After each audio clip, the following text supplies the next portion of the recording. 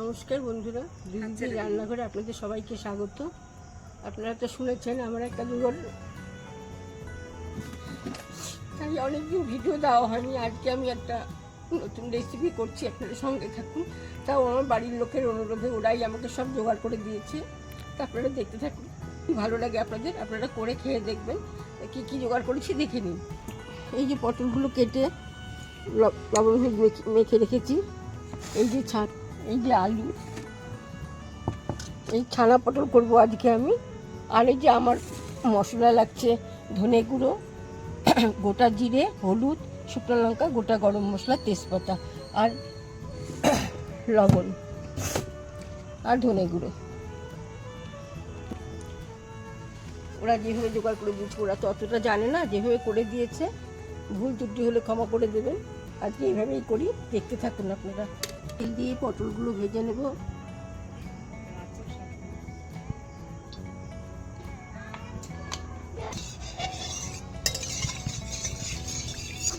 এখন আমি পটলগুলো ছেড়ে ভেজে নেব।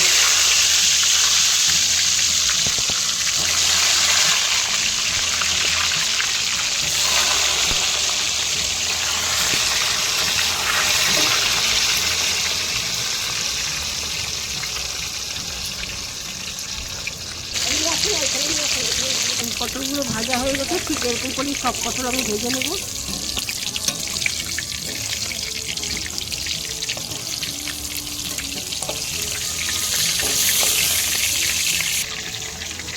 সব ভাজা হয়ে গেল পটল, এরকমভাবেই ভেজে নেবেন আপনারা। ছানাটা হালকা করে ভেজে নেবেন।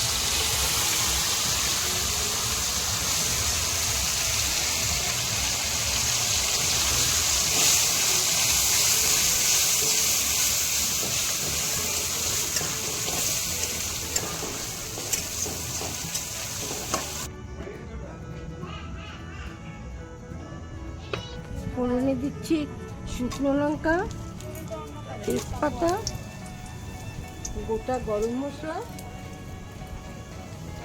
আর গোটা জিরে।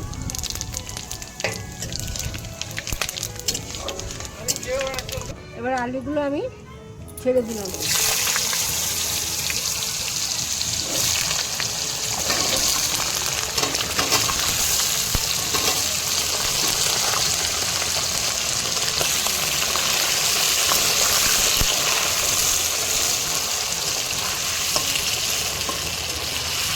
আলুগুলো আমি আলাদা ভেজে নিলাম না, এর মধ্যে ভেজে মশলা দেব।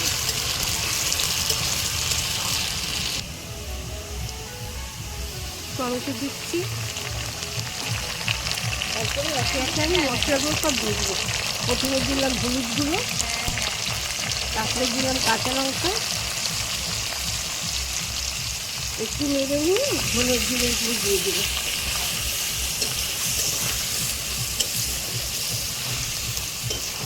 এবার দিলাম জিরে গুঁড়ো,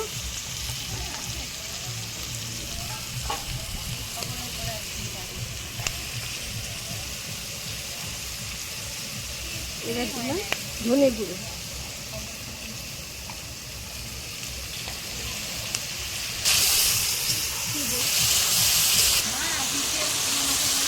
ভাজা পটলগুলো দিয়ে দেবো।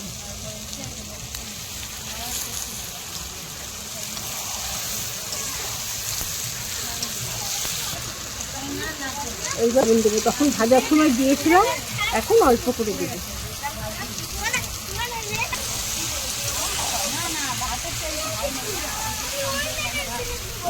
এবার পরিমাণ মতো জল দিয়ে দেবো।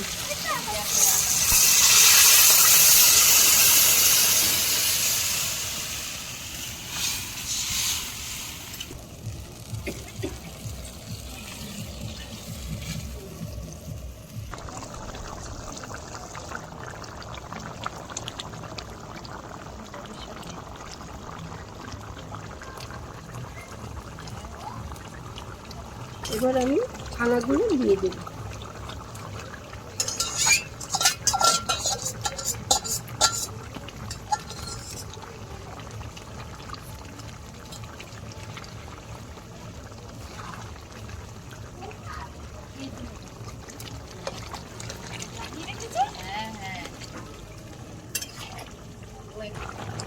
ছানা দেওয়া আছে, সেই জন্য আমি অল্প একটু মিষ্টি দিলাম, মানে বেশি মিষ্টি হয়ে যাবে।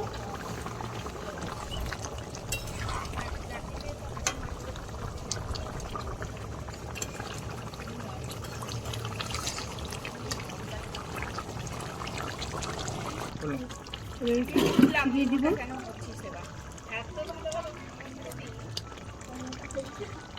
দিয়ে দিলাম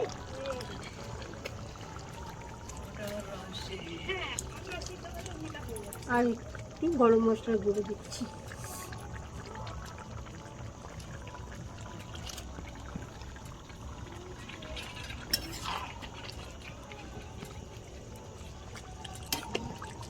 তরকারিটা আমার হয়ে গেছে।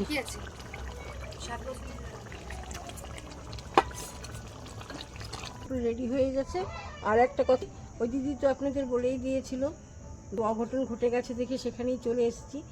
তো এখানে থেকেই আমি রেসিপিটা করলাম, একটু মানিয়ে নেবেন আপনারা।